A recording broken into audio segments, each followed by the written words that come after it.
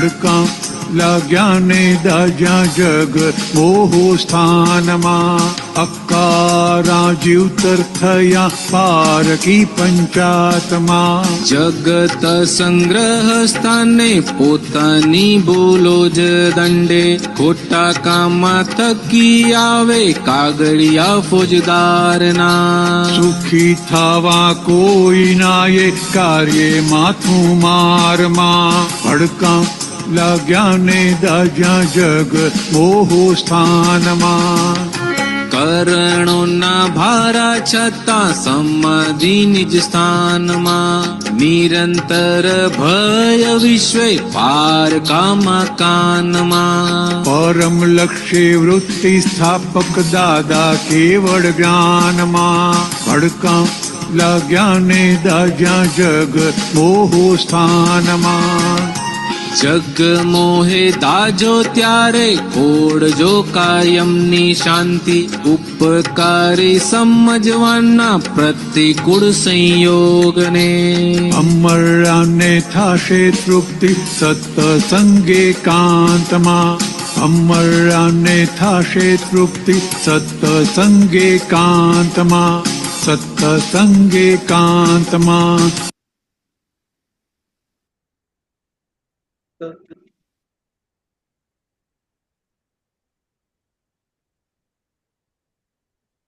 સંતોષાનંદજી, જય સચિદાનંદ. જય સચિદાનંદ. સંતોષાનંદજી, થોડો હાજી. પ્રકાશ પાડો ના પર. આ તો સાહેબ લાઈન પહેલી જ લાઈનમાં ચાલે છે અત્યારે તો. આ જ્યારથી તમે ચાલુ એવું જ કર્યું છે ત્યારે પણ. પહેલી જ લાઈન, પહેલી બે લાઈન ની અંદર જ ચાલ્યા રાખે છે, આગળ વધાતું જ નથી. એનો વિસ્તાર છે બધો સારી રીતે. બોલો બોલો. હા. કેમ કે સંતોષામી કેમ ભડકા એવું લાગ્યા ને કેમ દાજ્યા. એવું છે જરા સમજાવો. એટલે કે આ કસાઈ જ્યાં ઉભો થાય ને એના ભડકા લાગ્યા છે, અને એના એ દજાડે છે જગમો સ્થાનમાં. આ બહુ ભડકા લાગે છે ક્યારે, તો કે કોઈક જગ્યાએ અટવાયેલા છીએ, કોઈ કસાય ફરી વળેલો છે એટલે ભડકો લાગે છે, અને ભડકો લાગે છે એટલે દાજ્યા વગર રહે નહીં. એટલે દાદા બહુ સરસ એક્ઝામ્પલ આલતા હતા કે હોળી પ્રગટાયેલી હોય ને ત્યારે આજુબાજુનો કેટલા ફૂટ સુધી એનો તાપ લાગ્યા રાખે અને દજાડે.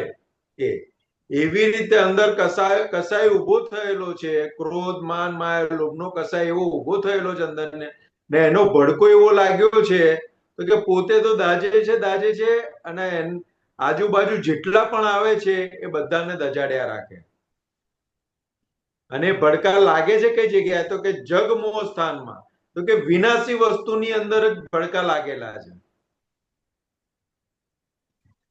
એટલે કીધું કે આકરા જીવતર થયા પારકી પંચાતમાં. એટલે પારકી પંચાત ની અંદર જીવન બધા આકરા થઈ ગયેલા છે. જો પારકી પંચાત ના કરી હોત ને તો બહુ જીવન સરળ હોત. બધી પંચાતો પારકી પંચાતોની અંદર આખા કેટલાય અવતારો પારકી પંચાતમાં કાઢેલા છે. અને સૂક્ષ્મ રૂપે જોઈએ ને તો પારકી પંચાત એટલે ફાઇલ નંબર 1 ની પંચાત કરવી એ બધી પારકી પંચાત કહી. અને એની પંચાતના લીધે આકરા જીવતર થયા છે, કારણ કે એને કમ્ફર્ટ આપવા માટે અવતારો કાઢ્યા છે. એને સહેજ પણ દુઃખ ના થવું જોઈએ. ફાઇલ નંબર 1 ને નામધારીને સહેજ પણ અગવડ ના પડવી જોઈએ, એટલી એના લીધે એટલી બધી પંચાતો કરી છે. એના કમ્ફર્ટ માટે કાળા ધોળા દાવા કાવા દાવા બધું જ કરેલું છે. એ એની પંચાતમાં કરેલું છે. એને સુખ નો અનુભવ થાય એની અંદર અનંત અવતારો કાઢ્યા છે. એટલે પછી આગળ શું કે જગ સંગ્રહ સ્થાને પોતાની ભૂલો જ દંડે, ખોટા કામ થકી આવે કાગળિયા ફોજદારના. એટલે કે આ શરીર ઉપર, મન ઉપર, વાણી ઉપર, કાયા ઉપર કઈ પણ અસરો આવે છે તો કે એવા ખોટા કામો કઈક થયેલા છે મન વચન કાયા કરીને, તો કે આજે એના દંડો આવે છે. એટલે દાદા શું કહેતા હતા, તો કે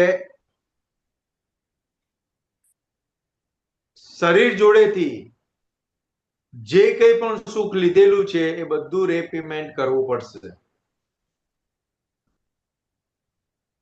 એટલે આંખોથી સુખ લીધું છે તો ત્યાંથી રીપેમેન્ટ આવશે, કાનથી લીધું છે તો ત્યાંથી રીપેમેન્ટ આવશે, જીભથી લીધું છે તો ત્યાંથી રીપેમેન્ટ આવશે, સ્પર્શથી લીધું છે તો ત્યાં રીપેમેન્ટ આવશે, મનથી લીધું છે તો ત્યાંથી રીપેમેન્ટ આવશે, ચિત્તથી લીધું છે તો ત્યાં રીપેમેન્ટ આવશે. તો કે જે ના ઉપયોગ એ કરીને જે જે રીતે સુખ લીધેલું છે ત્યાં બધી જગ્યાએ રીપેમેન્ટ ચૂકવવું પડશે. એટલે દાબલાય આવશે, સ્વાદે જશે, સંભળાતું ઓછું થશે, સ્પર્શ ગમશે નહીં, કારણ કે ચામડી ઢીલી પડી જાય એટલે ચામડી ઉપર ફોલ્લા થાય,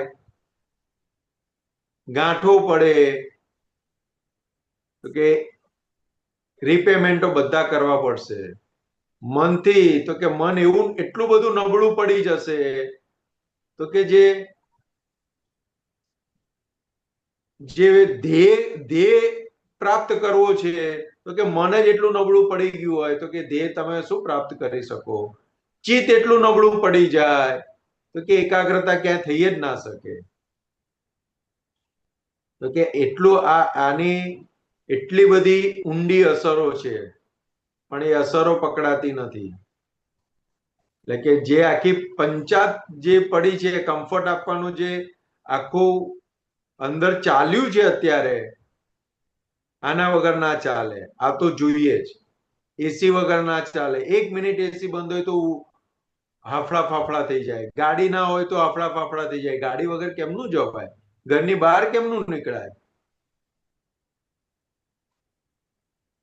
તો કે એ કમ્ફર્ટ ઝોન નો એટલો બધો ઘેરાવો કરી નાખ્યો છે, એટલો બધો ઘેરાવો કરી નાખેલો છે અને એને જ સુખ માની લીધેલું છે અને એ જ પછી દુઃખ આપ્યા કરે છે.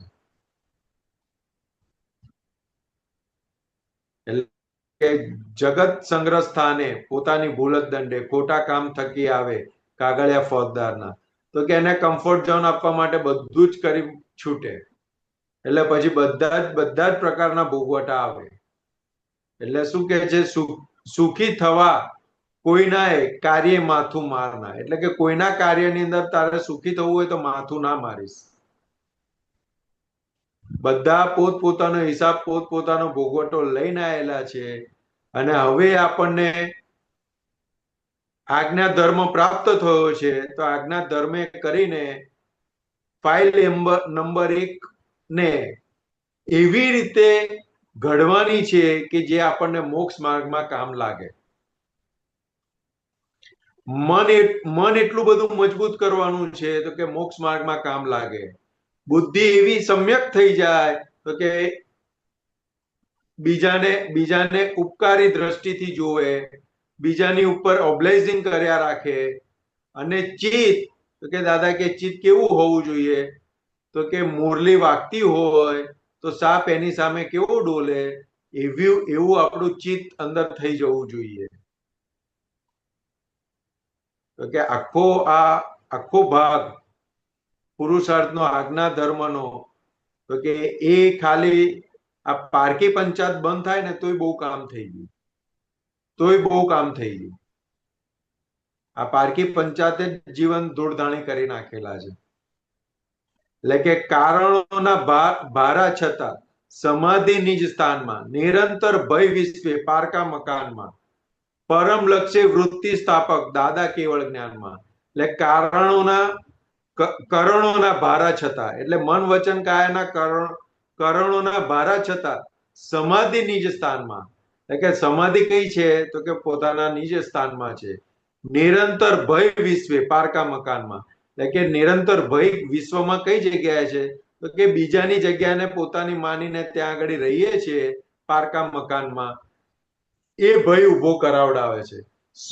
સ્વની અંદર રહે તો કોઈ ભય નથી, પણ પારકા મકાનમાં રહે એટલે ભય રહે. ક્યારે ખાલી કરાવશે, ક્યારે છોડીને જવું પડશે, નિરંતર ભયમાં રહે. એટલે પરમ લક્ષ્ય વૃત્તિ સ્થાપક દાદા કેવળ જ્ઞાનમાં.